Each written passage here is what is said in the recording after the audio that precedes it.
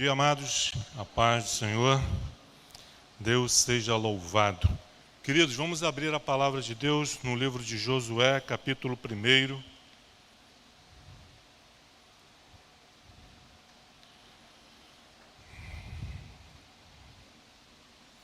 Vamos ler os 9 primeiros versículos.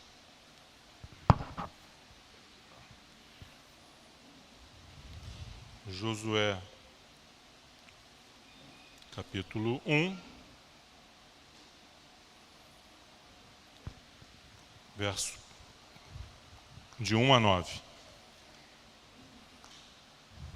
Diz assim a palavra do Senhor: Sucedeu depois da morte de Moisés, servo do Senhor, que este falou a Josué, filho de Num, servidor de Moisés, dizendo: Moisés, meu servo, é morto. Dispõe-te agora, passa esse Jordão, tu e todo esse povo, a terra que eu dou aos filhos de Israel. Todo lugar que pisar a planta do vosso pé, vô-lo tenho dado, como eu prometi a Moisés. Desde o deserto e o Líbano, até o grande rio, o rio Eufrates, toda a terra dos heteus e o mar grande, para o poente do sol, será o vosso limite. Ninguém te poderá resistir todos os dias da tua vida. Como fui com Moisés, assim serei contigo. Não te deixarei, nem te desampararei. Sê forte e corajoso, porque tu farás este povo herdar a terra que sob juramento prometi dar aos seus pais. Tão somente sê forte e muito corajoso, para teres o cuidado de fazer segundo toda a lei que meu servo Moisés te ordenou. Dela não te desvies, nem para a direita, nem para a esquerda, para que sejas bem-sucedido por onde quer que andares. Não cesses de falar deste livro da lei. Antes, medita nele dia e noite, para que tenhas cuidado de fazer segundo tudo quanto nele está escrito. Então farás prosperar o teu caminho e serás bem-sucedido. Não te mandei eu? Sê forte e corajoso. Não temas, nem te espantes, porque o Senhor teu Deus é contigo, por onde quer que andares. Aleluia, louvado seja Deus. Oremos. Pai amado, Pai querido, louvado e bendito seja o teu santo nome. Muito obrigado, Senhor, pela oportunidade de estarmos na tua casa mais uma vez para te cultuar, juntamente com os nossos irmãos e irmãs, que também foram alcançados pela mesma salvação, pela mesma graça, pela mesma misericórdia. Por amor a nós, Senhor, foi que Cristo morreu na cruz do Calvário. E aqui nos reunimos, Senhor, para te louvar, para te glorificar e também para ouvir a tua voz. E que assim seja, Senhor. Que o Senhor possa estar falando aos nossos corações por intermédio da tua palavra. Muito obrigado, Deus. Sê com cada irmão, cada irmã, cada família aqui presente. Sê com os nossos irmãos que nos acompanham, que por alguma razão não puderam estar aqui, mas estão nos acompanhando pela internet.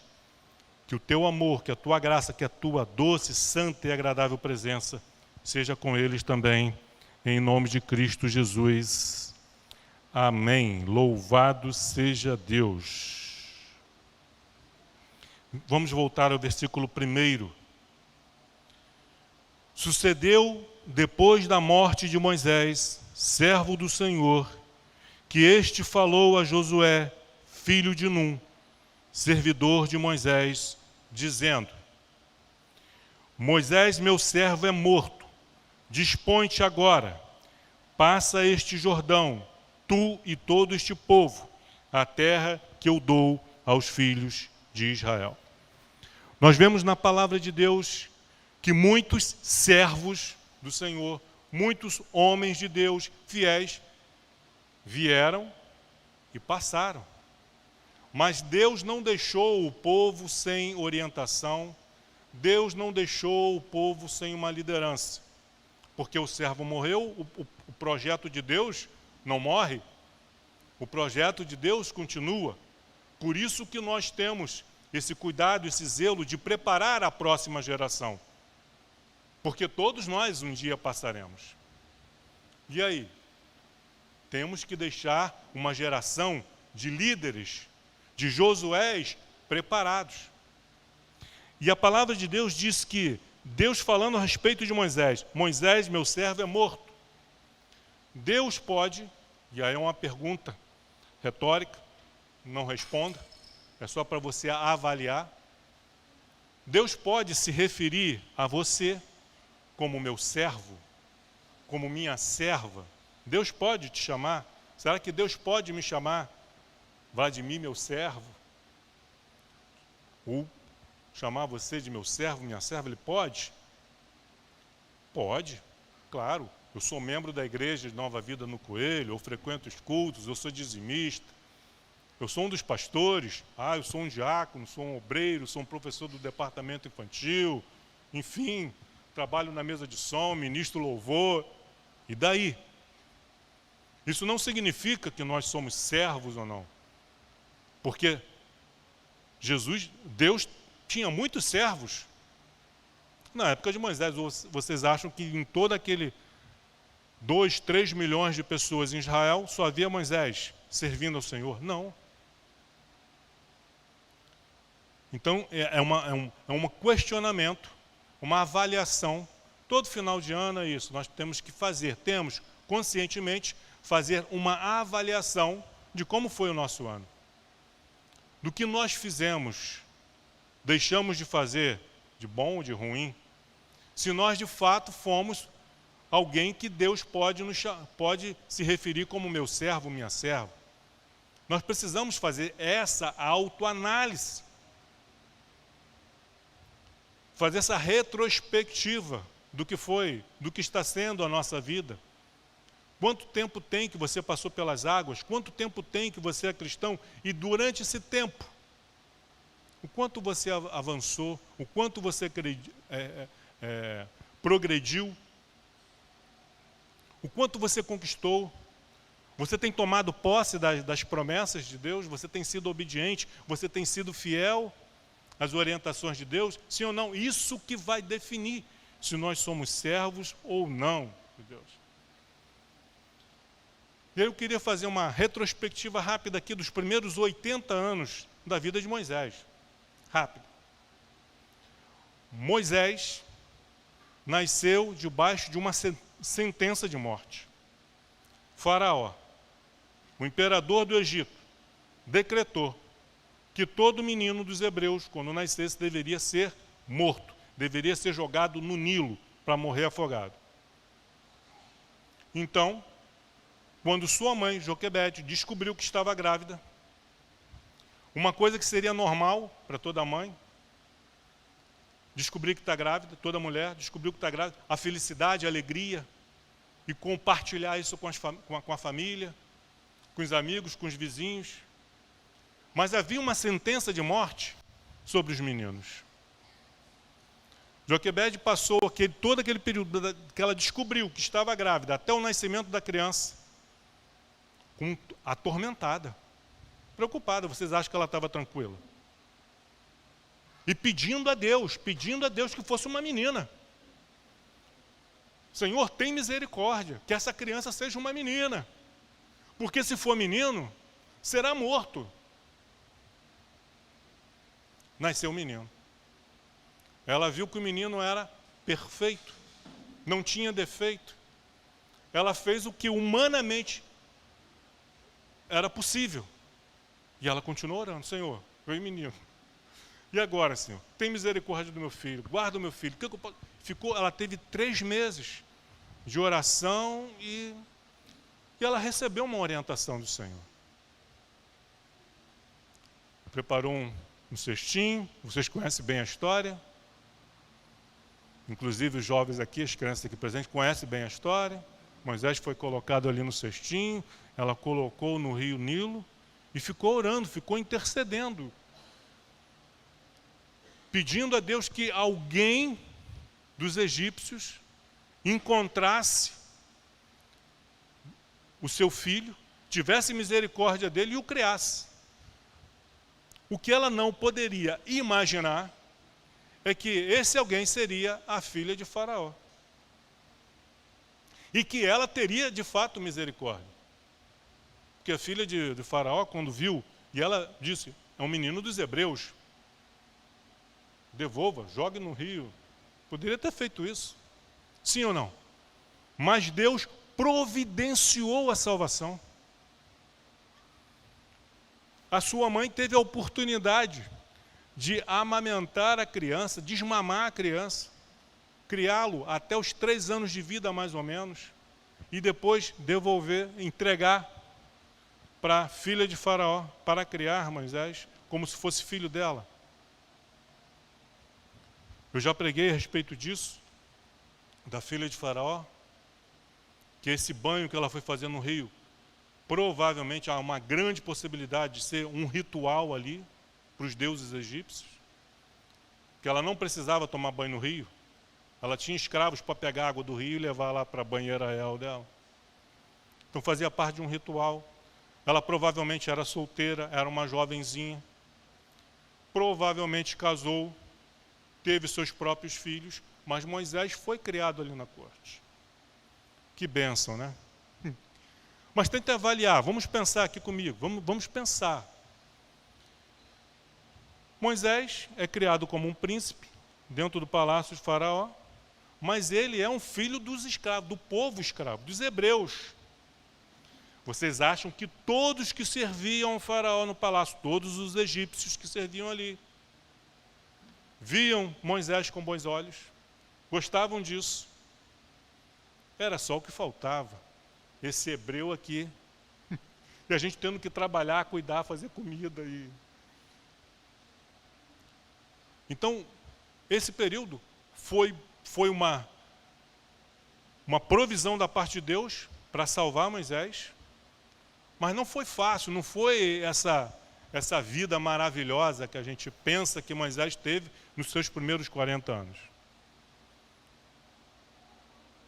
Ele chega aos 40 anos de idade, vai visitar o seu povo, vê um egípcio agredindo um hebreu, ele, irado, mata o egípcio, enterra o egípcio. A Bíblia diz que ele olhou para os lados, não viu ninguém, matou o egípcio, enterrou na areia. No dia seguinte ele volta para visitar seus irmãos e aí vê 2 hebreus. Um espancando o outro, espancando. E aí ele tenta intervir. Não faça isso com teu irmão. Quem te constituiu juiz? Acaso vai me matar também como mataste o egípcio? E aí Moisés, entendendo que ele havia sido descoberto e que Faraó não iria perdoar essa atitude dele, Faraó iria ver isso como uma ingratidão, uma rebelião, um ato de me faltou a palavra. Não é vingança, me faltou a palavra, depois eu lembro. De traição, obrigado aí pelos universitários. Um ato de traição. Poxa, é assim que Moisés paga tudo que nós fizemos por ele durante esses 40 anos? Para defender um hebreu, ele mata um egípcio. Então, Moisés, com 40 anos de idade, foge do Egito. Vai para a terra de Midian. Se assenta à beira de um poço. E aí ele vê 7 mulheres pastoras que foram ali retirar água para o seu rebanho. Chegam os homens, os pastores. Ele defende essas mulheres e ali ele estabelece, casa e permanece 40 anos no deserto. Os primeiros 40 anos de vida de Moisés já seria algo assim sobrenatural. A história do livramento que ele recebeu já seria algo maravilhoso, um testemunho para o resto da vida. Para ele ir nas igrejas e pregar a respeito do seu testemunho, a salvação que ele teve, assim como muitos têm. Quantos são os casos das mães que, durante o exame, os médicos veem ali um problema de saúde na criança e recomendam até, tira essa criança, porque essa criança já vai nascer morta. Mas, numa atitude de fé, elas insistem e prosseguem com a gravidez. Quantas são as histórias de pessoas que, eu era para ter nascido, para ter morrido no parto, eu estava enrolado no cordão umbilical, e tantas outras situações que ao longo da sua vida enfrentaram doenças e foram curadas, livramentos de acidente, enfim, né, testemunhos maravilhosos. Esse era o testemunho de Moisés. Mas até então, a vida de Moisés poderia ser tida como uma vida comum. Um milagre corriqueiro, porque esse tipo de livramento, esse tipo de milagre, acontece também entre pessoas não crentes. Quantas são as pessoas que nós conhecemos que, por causa da sua força interior, da sua resiliência, do seu objetivo, alcançam, conquistam a cura desejada, ou uma vitória na sua vida pessoal, na sua vida profissional, na sua vida familiar, e nem crentes são. Quantos? A história é cheia de exemplos de homens e mulheres que conseguiram grandes feitos, mesmo sem crer em Deus, ou crendo em outros deuses. A história está cheia. Então, até então, a história de Moisés poderia ser os crentes entender como um livramento, como foi um livramento de Deus, como foi de fato. Mas os outros não, podia achar que foi sorte, que foi uma coincidência, entendeu? Algo do tipo, que acontece. Para quem não entende os planos, os objetivos, os projetos de Deus. Deus tinha um projeto na vida de Moisés, como Ele tem na vida de todos nós. Tem um projeto. Se esse projeto vai se concretizar ou não, vai depender se nós cremos. Deus tinha um projeto maravilhoso para Adão e Eva, mas eles duvidaram. Deram crédito à voz da serpente. Os planos de Deus foram mudados? Não, ele só teve que dar prosseguimento ao seu plano. Só que agora de uma forma mais sofrida para todos, inclusive para ele. Ele foi pego de surpresa? De maneira nenhuma. Nós é que somos pegos de surpresa. Nós é que tomamos os sustos ao longo da nossa vida. Mas Deus sabe de todas as coisas. E por saber, Ele deu esse livramento a Moisés. Como Ele deu a muitos irmãos e irmãs nossos. Deus deu vários livramentos. Mas a pessoa insistiu em caminhar e andar sem Deus. Ou sozinho. Enfrentando os seus gigantes, as suas lutas, as suas guerras, sozinho. E sozinho, irmãos, não tem homem ou mulher, por mais forte que seja, que consegue vencer as batalhas espirituais. Nós podemos vencer batalhas naturais, podemos, sem a ajuda de Deus, apenas com a permissão. Deus permitiu, não vai nos ajudar, mas permitiu, e naturalmente a gente consegue. É possível. Mas as nossas batalhas, as nossas lutas espirituais, não tem como. Nós precisamos de Deus, precisamos entender isso. Por mais forte que você seja, por mais corajosa que você seja, sem Deus, os projetos de Deus na área espiritual, para a sua vida, para a sua família, não vão se cumprir. Você pode concluir seus estudos, você pode ter um bom trabalho sem Deus. Pode até constituir, ter uma boa família sem Deus, guardando os princípios dele, mesmo sem crer. Você pode ter. Mas quando o inimigo se levantar, quando o gigante, quando a tempestade espiritual se levantar, sozinho, não tem como. Não tem como. O extraordinário, a vida de Moisés não teve uma transformação, uma mudança, quando ele foi para o palácio. Nem quando ele fugiu do Egito. Foi aos 80 anos de idade. Aí você pode dizer, mas eu estou muito velho para ter uma transformação radical na minha vida. Foi aos 80.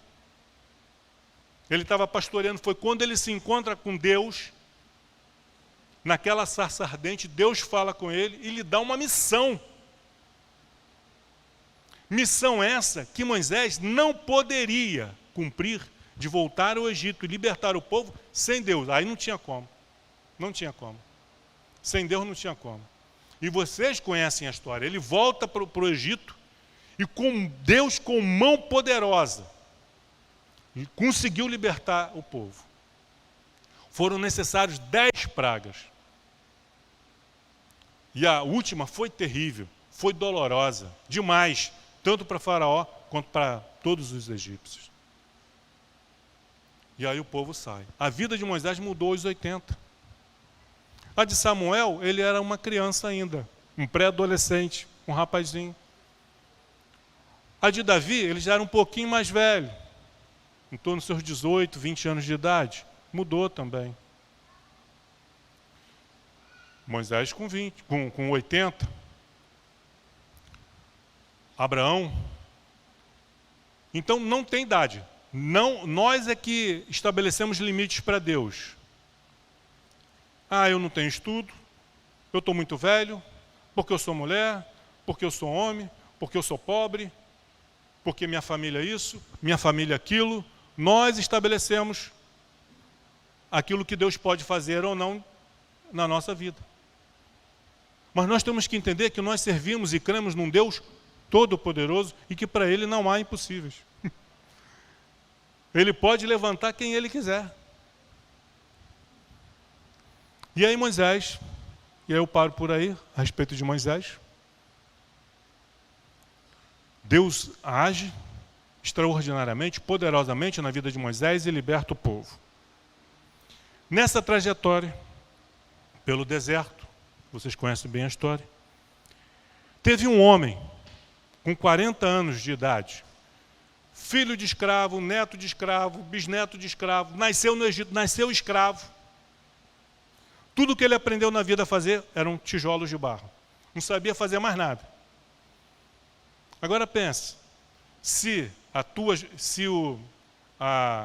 herança, o teu genealogia pode estabelecer limites para Deus. Ah, porque meu avô era escravo, meu pai era escravo, eu nasci escravo. A única coisa que eu sei fazer são tijolos de barro, não sei fazer mais nada na vida. Não. Mas teve um homem de 40 anos de idade que se achegou a Moisés. E Moisés viu neste homem qualidades que pode ser encontrado em crianças, em mulheres, em homens, instruídos e iletrados também. Deus não olha para a nossa aparência, para a nossa força, para a nossa intelectualidade. Não, esse aqui eu posso usar porque... Vejam os discípulos que Jesus chamou. Eram homens humildes, simples, homens do povo, que jamais seriam chamados pelos grandes mestres, escribas e fariseus. Não. Quem é você? Você não vem de uma família tradicional. Você é filho de pescador, você é pescador, você fede a peixe. Não, eu quero, entre os meus discípulos, eu quero pessoas de famílias tradicionais, que venham mesmo, que façam parte de uma genealogia de escribas, de fariseus, que sejam instruídos na palavra de Deus desde criança. Não. Nada disso. E esse homem se chama Josué, servo de Moisés, servo do Deus vivo. E aí eu queria ler com vocês aqui algumas coisas. Ó, a primeira vez que Josué aparece na Bíblia foi em Êxodo 17. Êxodo 17, 9 a 14. Ó.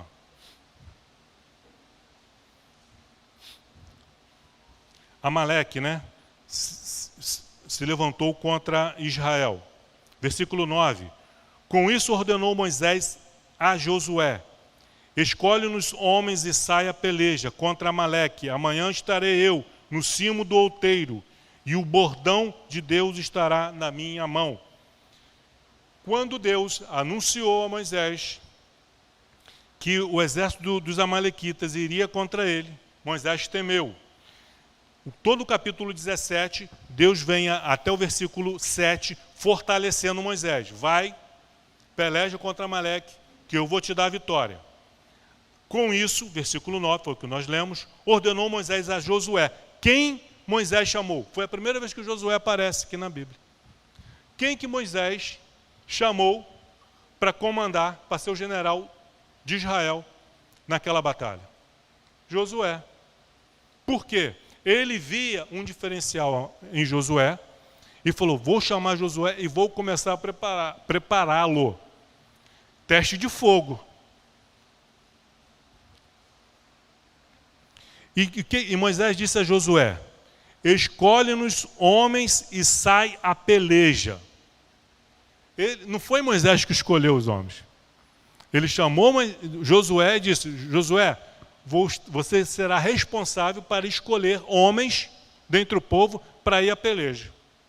Ele incumbiu Josué dessa responsabilidade, de escolher os homens e de comandar os homens nessa batalha. Versículo 10, olha a importância. Fez Josué como Moisés lhe dissera. Ele fez como Moisés instruiu. Ele não fez, tá bom, Moisés mandou fazer assim, mas eu vou fazer diferente, que vai ser melhor. Não, ele fez como Moisés lhe dissera e pelejou contra Amaleque. Moisés, porém, Arão e Hur subiram ao cimo do outeiro. Quando Moisés levantava a mão, Israel prevalecia. Quando, porém, ele baixava a mão, prevalecia Amaleque. Ora, as mãos de Moisés eram pesadas, por isso tomaram uma pedra e a puseram por baixo dele. Ele nela se assentou. Arão e Hur sustentavam-lhe as mãos, um de um lado, outro do outro, e o outro do outro. Assim lhe ficaram as mãos firmes até o pôr do sol. A batalha durou todo dia. Deus era com eles? Era. Mas não significa que foi fácil. Deus é contigo? É. Deus é comigo? Deus é. Quando nós fazemos tudo conforme Ele está nos orientando. Mas isso não significa que a batalha será fácil.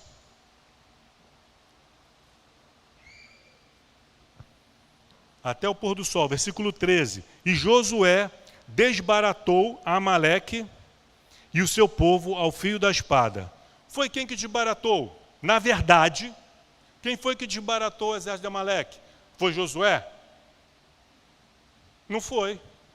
Foi Moisés? As mãos levantadas de Moisés? Não, era apenas um símbolo. Quem foi que desbaratou? Foi Deus. Foi Deus que desbaratou. Foi Deus que concedeu a vitória. Se Deus não estivesse com eles, Moisés poderia ficar com as mãos e os pés para o alto. Não ia fazer diferença. Josué poderia ser um general experiente com um dobro de soldados também, homens experientes de guerra, homens que só sabiam fazer tijolo de barro. Nunca tinham entrado numa luta, numa guerra, numa batalha. Não ia fazer diferença nenhuma. A diferença está se Deus é conosco ou não. E quando é que Deus está conosco? Quando é que Deus está conosco? Quando nós andamos no caminho que Deus trilhou, Deus determinou para a gente. Sem nos desviar para a direita e nem para a esquerda. Porque se eu saio do caminho que Deus determinou para mim, Deus vai dizer, então vai sozinho. Porque o caminho não é esse. Você quer andar comigo, Moisés? Você quer andar comigo, Josué? Então você tem que andar por esse caminho aqui.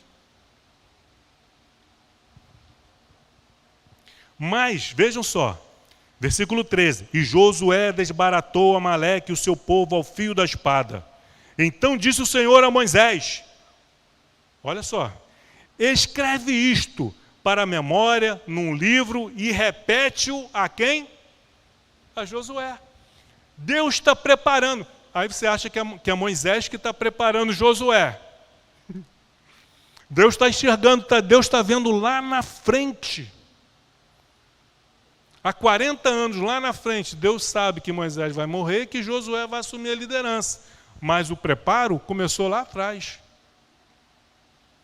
E disse o Senhor a Moisés: escreve isto para a memória num livro e repete-o a Josué. Quem que precisava se lembrar disso? Quem precisava se encorajar com essa lembrança? Então, aí Josué lembrava: não, o Senhor foi comigo, me ajudou naquela batalha, durou todo o dia, foi até o pôr do sol, foi uma batalha difícil, mas Deus nos deu a vitória. Vejam o cuidado de Deus. Escreve isto para a memória num livro e repete-o a Josué. Nos dias difíceis, aí no futuro, nos dias difíceis da vida de Josué, Josué ia lá no livro, ali aquela história de novo. Quantas vezes Josué precisou ler essa história aqui para fortalecer a sua fé em Deus, a sua esperança em Deus? Não sabemos. Mas se Deus disse a Moisés para escrever isto em memória num livro para Josué, Deus sabia que Josué passaria por dias difíceis e que ele precisaria ter isso registrado para trazer à sua memória. Vamos trazer à memória os dias de vitória. Aquela vitória que Deus te deu. E os dias de derrota que você perdeu porque você foi desobediente. Não foi porque Deus te abandonou, mas porque você desobedeceu a Deus. Você quis fazer do seu jeito. Você ignorou as instruções do Senhor. Aí, vai perder. Sempre. Sempre.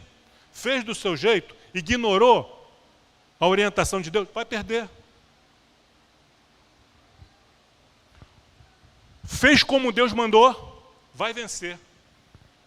Pode ser, o teu adversário pode ser um Golias, pode ser um leão, pode ser um urso, pode ser o exército dos amalequitas, pode ser quem for, vai vencer.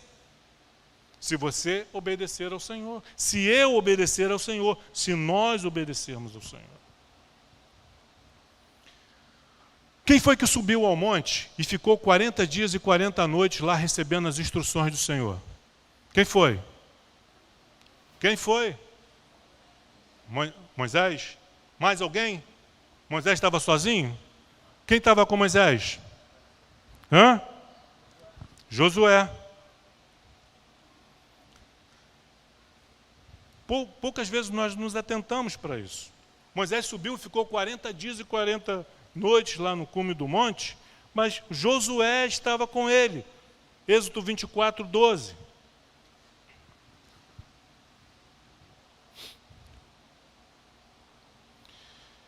Então disse o Senhor a Moisés: sobe a mim ao monte e fica lá. Dar-te-ei as tábuas da pedra e a lei e os mandamentos que escrevi para os ensinares. Levantou-se Moisés, em obediência, levantou-se Moisés com quem? Com Josué, e subiu, seu servidor. E subiu. Ele foi com... E aí eles passam, o capítulo 25 até o capítulo 32, foi Deus passando instruções para Moisés lá no Monte Sinai, e Josué está com ele. Está o quê? Aprendendo, está sendo preparado. Capítulo 32, verso 15.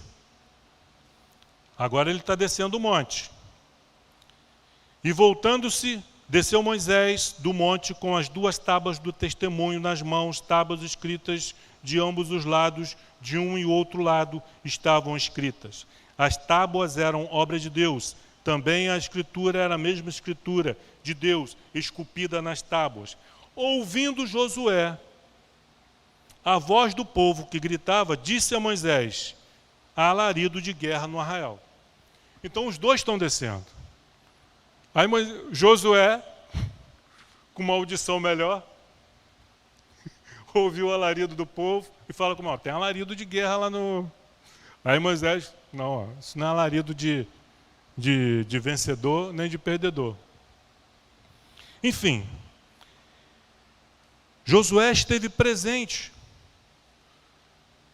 Moisés, toda vez que a nuvem da glória de Deus descia sobre a tenda, Moisés ia para a tenda. Recebia as instruções do Senhor. E depois Moisés saía da tenda e ia para o arraial para passar as instruções do Senhor para o povo. Mas, em Êxodo 33:11, que nós não vamos ler, mas anote, 33:11, diz que Josué não se apartava da tenda. Ele ficava na tenda. Moisés ia, recebia as instruções, saía da tenda, ia ter com o povo, mas falava assim, Josué, permanece aqui na tenda, cuidando da tenda. Não deixe que ninguém entre na tenda durante a minha ausência. Enfim, existem várias referências que nós poderíamos estar falando a respeito desse treinamento, desse preparo de Josué. As poucas referências que eu já dei já são suficientes para vocês verem que o cuidado de Deus em preparar uma nova geração. Porque, como eu já falei, nós passamos, nós vamos passar. Por isso nós precisamos preparar os nossos filhos. E que eles aprendam para preparar os seus filhos até que o Senhor venha, até que o Senhor volte. Agora vamos voltar para Josué capítulo 1. Já falamos um pouco a respeito de Moisés e Josué. Versículo 3. Como tem gente que gosta desse versículo e usar esse versículo fora do contexto. Versículo 3.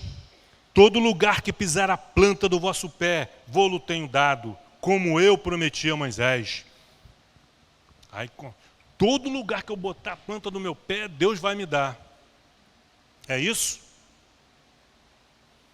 Deus estabelece, Deus dá a terra, mas estabelece o limite. Versículo 4. Desde o deserto do Líbano, ao norte da terra de Canaã, até o grande rio Eufrates, descendo ali pelo pelo leste, até o grande mar, que é o mar Mediterrâneo, o leste. Esse, para o poente do sol, será o vosso limite.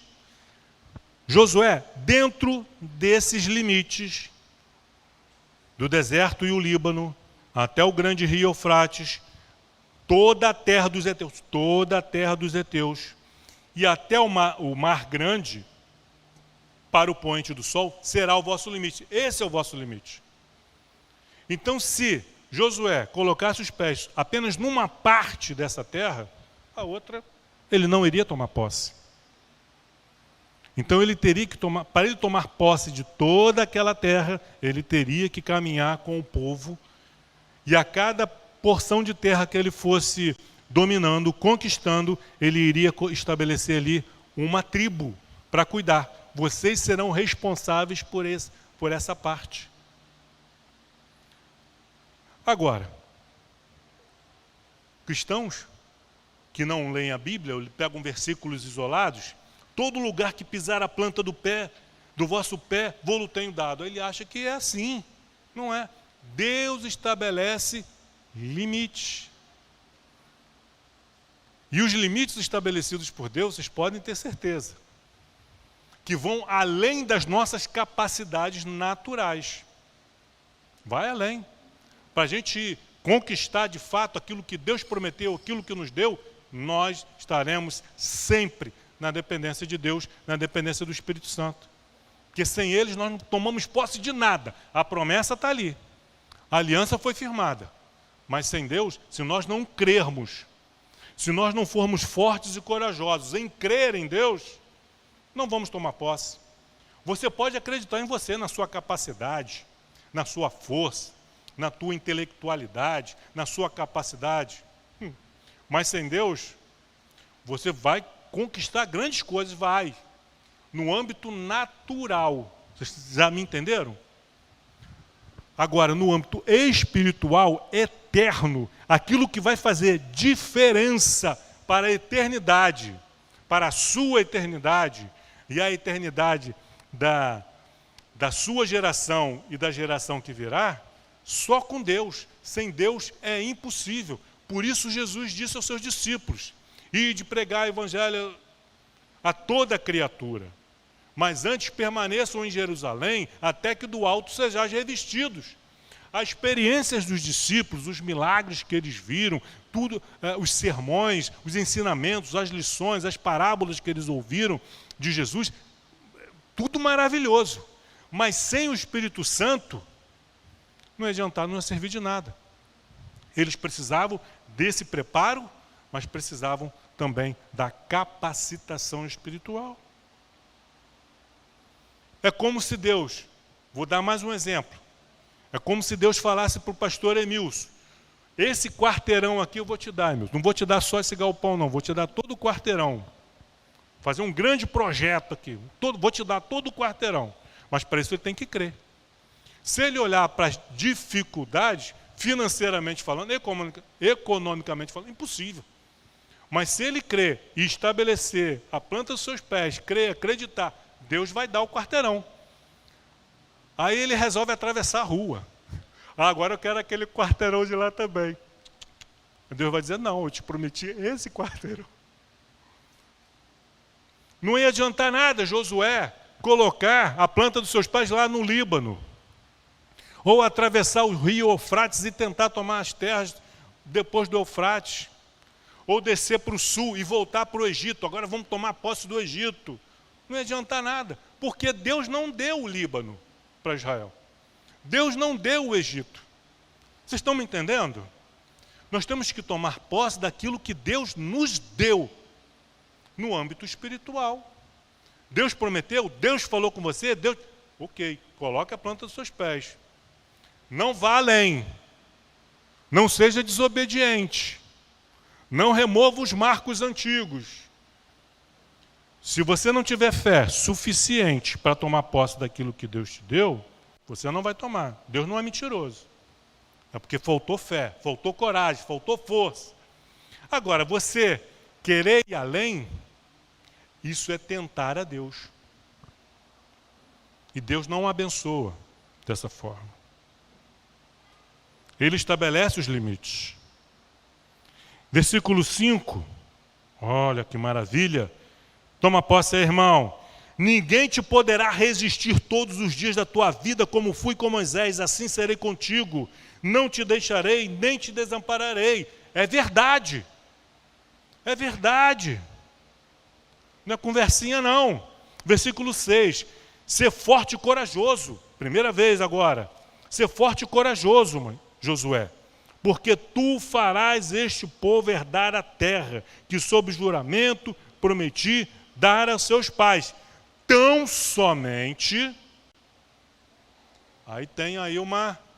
Na aliança, ó, eu vou te dar isso, vou estar com você todos os dias da sua vida, vou te dar essa terra por herança, serei contigo como fui com Moisés todos os dias da sua vida, ninguém vai poder te resistir, mas, tão somente, ser forte e muito corajoso, para teres o cuidado de fazer segundo toda a lei. Porque para cumprir com a lei do Senhor, tem que ser forte e corajoso. Tem que ser.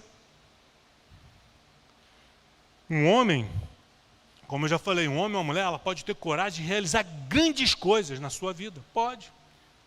Sem Deus pode fazer, pode. Deus permitiu, ele vai fazer, mesmo sem Deus. Agora, para cumprir a lei, para guardar os mandamentos do Senhor, para ser obediente ao Senhor e à sua palavra, sem Deus, ninguém consegue. Ninguém consegue. Ninguém. Precisamos do Senhor. Então, se formos fortes e corajosos, por que temos que ser fortes e corajosos? Primeiro, que essa força não está em nós. Segundo, que nós vamos sofrer oposições internas e externas. O nosso eu não vai querer fazer. Então, primeiro nós temos que vencer os nossos inimigos internos. Nós não vamos querer fazer, cumprir, eu não quero isso. Então vamos ter que ser fortes e corajosos, perseverantes em cumprir. E segundo, vamos sofrer objeções também externas. Pode ser a esposa, o marido, os filhos, os pais. O mundo que nós vivemos, ele está em oposição à palavra de Deus. O mundo é contra os princípios de Deus. Então nós vamos sofrer. Então precisamos ser fortes e corajosos para tomarmos decisões duras, difíceis. Até contra aquelas pessoas que nós amamos e que nós gostamos. Por isso Jesus falou, quem amar pai, mãe, filho, esposa, mais do que a mim, não é digno de mim. Porque às vezes a dificuldade vai nos obrigar a escolher entre Deus ou aquele que nós mais amamos. Abraão passou por essa prova. Abraão, sacrifica o teu filho Isaque, a quem tu amas. Ele teve que ser forte e corajoso para cumprir, para obedecer. Humanamente falando, é impossível um pai que ama o filho fazendo uma coisa dessa. Mas somente alguém muito revestido de fé, porque ele cria. E a Bíblia diz que ele cria, que mesmo ele matando, Deus era poderoso para restituir, trazer o menino à vida. Mas para fazermos isso, para obedecermos a Deus, temos que ser fortes e corajosos, para teres o cuidado de fazer segundo toda a lei que meu servo Moisés te ordenou. Dessa lei, toda a lei, não é 50%, não é 70%, mas toda a lei. Dela, não te desvies, Josué, nem para a direita e nem para a esquerda. Durante o caminho, você vai ver tentações, à sua direita e à sua esquerda, tentando te fazer desviar. O medo do inimigo vai fazer você se desviar, vai fazer você ser tentado a se desviar. Não se desvie, permaneça fiel, não se desvie, para que seja bem-sucedido por onde quer que andares. Quer ser bem-sucedido? Guarda, ser forte e corajoso para guardar toda a lei. Mas como que eu vou guardar uma lei que eu não conheço? Eu não leio, eu não estudo a lei, eu não medito na lei. Como que eu vou guardar? Impossível. Versículo 8. Não cesses de falar deste livro da lei. Como que eu vou falar de algo que eu não conheço? Não tem como. Aí eu vou chegar aqui para falar de algo que eu não conheço. Vou falar o quê? Vou falar bobagem. Vou ter que dissimular. Porque eu estou recebendo do Senhor, Deus está me revelando, Deus está me falando. Deus está me revelando aqui na palavra. Ó. Eu tenho que guardar, eu tenho que meditar, eu tenho que falar do livro da lei. Josué tinha os primeiros 5 livros. Nós temos 66 livros no total. Para nós falarmos de Jesus, temos que ler e estudar os evangelhos, as epístolas dos apóstolos. Para falar de Josué, eu tenho que ler Êxodo, Números, Levítico, Deuteronômio e Josué. Como que eu vou falar de Josué? Se eu não li, se eu não estudei a respeito de Josué. Então, Josué, não cesse de falar deste livro da lei. Josué é para falar do livro da lei. Não é para ficar contando historinha. Não é para ficar contando piadinha. É o livro da lei. Medita, Josué, no livro da lei, dia e noite. Dizem que a principal refeição do dia é o café da manhã. Se você toma um bom café da manhã, né? Você está, que é a principal. Você pode ler a Bíblia à tarde, à noite, mas eu entendo que a principal, a melhor hora é a parte da manhã. Porque aí você tem todo dia para meditar naquilo que você leu de manhã. Ficar como uma ovelha, ruminando. Aí você lê um texto, não lê um versículo não, porque aí você pode ficar, lê um texto, tenta entender o contexto. 10, 15 minutinhos, você leu. Pronto, você está alimentado para aquele dia você ficar meditando, pensando. Você está no ônibus, está no engarrafamento, você está meditando naquilo que você leu. Está no trabalho, está fazendo tua função ali, está trabalhando. Se você não tem que atender público, que é um outro tipo de trabalho diferente, onde é mais você isoladinho, fica meditando, fica pensando naquilo que você leu. Eu amo o silêncio. Eu gosto de ficar num ambiente silencioso. Como que eu vou meditar num ambiente barulhento? Aí, um fala uma coisa de manhã, outro fala outra coisa de tarde, outro fala coisa, aí embaralha tudo. Confusão. Não, pega um texto, leia esse texto. Se tem uma coisa, amados, que nós incentivamos a nossa igreja, duas coisas, é ler a Bíblia e orar. Mas a leitura da Bíblia nos ensina a orar. Nos ensina a orar, pelo que pedir. Se eu não leio a Bíblia, eu vou pedir bobagem. Mas quando eu leio a Bíblia, eu sei o que é oração, como orar, quando orar e pelo que orar. Por isso que nós não temos medo que os membros da nossa igreja leiam a Bíblia. Nós não temos. Nós incentivamos, pelo amor de Deus. Se tem uma coisa importante para você fazer nesse ano de 2024, é ler a sua Bíblia. Leia a sua Bíblia, aí você vai ter conteúdo, você vai ter assunto, você vai ter sobre o que falar.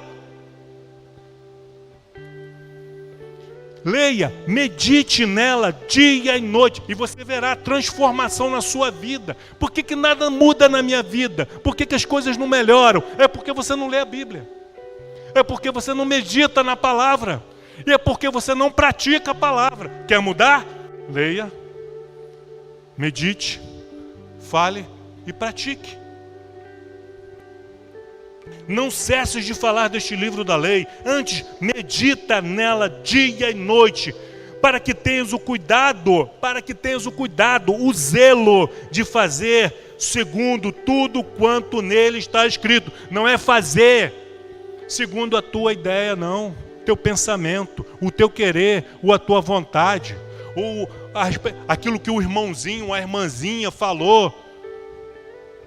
Não, mas é o que a palavra de Deus falou. Nada é mais precioso e certo, nada é mais seguro do que a palavra de Deus. Ela não erra. O meu conselho, eu posso errar no meu conselho, mas Deus jamais erra. Tens o cuidado de fazer segundo tudo quanto nela está escrito. Então farás prosperar o teu caminho e serás bem-sucedido. Não tu mandei eu, Josué. Eu que estou mandando. Sou eu, Deus. Eu estou mandando, eu estou falando com você. Ser forte e corajoso. Não temas, não te espantes, porque o Senhor, teu Deus, é contigo por onde quer que andares. Você quer andar, você quer que Deus ande com você, na sua companhia, na sua presença, todos os dias e em todos os lugares que você for, é só você andar dentro dos limites estabelecidos por Deus, do que pode e o que não pode fazer, por onde você pode andar e onde você não deve andar. Bem-aventurado o homem que não anda segundo o conselho dos ímpios, nem se detém no caminho dos pecadores, nem se assenta na roda dos escarnecedores. Quando eu leio a Bíblia, eu entendo com quem que eu devo andar e com quem que eu não posso andar, com quem que eu devo me aproximar e de quem eu devo me apartar. Como que eu vou saber? Lendo a Bíblia, estudando, meditando, pensando nela. Quando foi que Deus falou com Elias na caverna? Elias lá deprimido, triste, querendo tirar sua própria vida. Quando foi? Foi quando teve terremoto? Foi quando teve trovão? Foi quando teve barulho? Não, foi quando teve silêncio. Deus não fala comigo. Abre a Bíblia, vai para um lugar silencioso. Abre a tua Bíblia. Olha, uma orientação. Quer estudar a Bíblia? Não leia um trecho de Josué hoje, e Salmos amanhã, e Isaías no outro dia, e Mateus no... Não. Escolhe um livro e vai lendo, do primeiro capítulo até o último. Vai lendo. Aí você vai entender. O texto, o contexto, o que vem antes, o que vem depois. Amém, amados? Ser forte e corajoso. Se tem uma coisa que você precisa fazer nesse ano de 2024, é ser forte e corajoso. Para crer no Senhor, para confiar no Senhor. Ser forte e corajoso para deixar de lado aquilo que você quer e fazer aquilo que Deus quer que você faça. Nós queremos fazer coisas relevantes para a eternidade. Porque esse mundo vai passar, tudo vai passar. Mas as coisas eternas não, jamais passarão. Aleluia. Leia, fale deste livro, medita nele dia e noite. E aí então, você será bem-sucedido aonde quer que você vá.